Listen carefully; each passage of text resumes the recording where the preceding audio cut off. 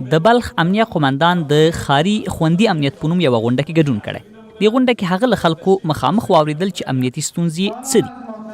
هر کسی که از نام ما از نام پلیس خدا نخواسته استفاده سوء میکنه، در قریه و مسجد و مکتب و دکان و مدرسه میان پول میگیرن.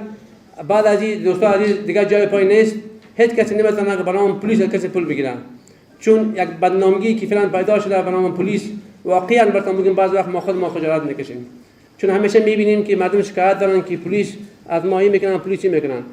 د بلخ یو شمیر اوسیدونکي چې د غونډه کې ګډون کړی خپل ستونزې دا ډول رالنډوي. گشتگذار افراد مسلح غیر مسئول در شهر، خصوصا بزرگایی که به نام پلیس محلی میگن یا خیزش‌های مردم میگن، با ده ها باری سوال بوده، اما متاسفانه خاموشی را به خود نهادهای مربوط اختیار دادن. شما یک وقت است که بسیار با جمع و جوش موتورسیکلای به پلید استاد میکنید، ولی یک وقتی است که پرسان نمیکنید. یعنی این موتورسیکلای به پلید است که امروز می سرقت انجام میده، ولی ما متاسفانه رادیو پای او را پیدا نمیتونیم.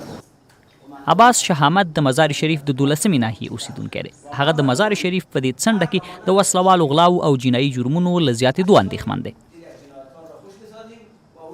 ما از 2 هفته به این سو لیست گرفتیم، در حدود بالای 15 نفر در اونجا از معلمین، از مدیرین، از مدیرای مکتب، از دانش آموزایی که به اصطلاح در دانشگاه میه، از دانشجویان کلگی راهزنی میشه، تلفناش زده میشه، به اصطلاح بایکاش زده میشه.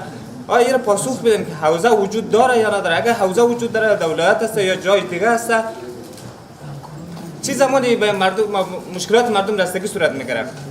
خو د بلخ امنیه قومندان وایي دې ولایت کې به د جنایي جرمونو او د وسلوالو غلاو د مخنیوي لپاره اغیزمن پروګرامونه عملي کړي. ما از روزی که آمدیم در اینجا از آمرین حوزه دعوت گرفتیم که برادرها شما کار کنین و مردم شما باید راضی باشن.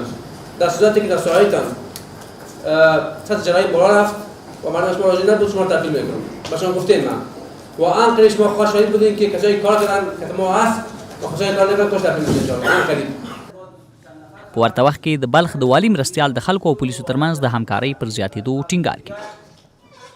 وظیفه ماست، رسالت ما هست که ما در برابر دشمنان این سرزمین و متمردین و متجاوزین باید ایستاد شویم.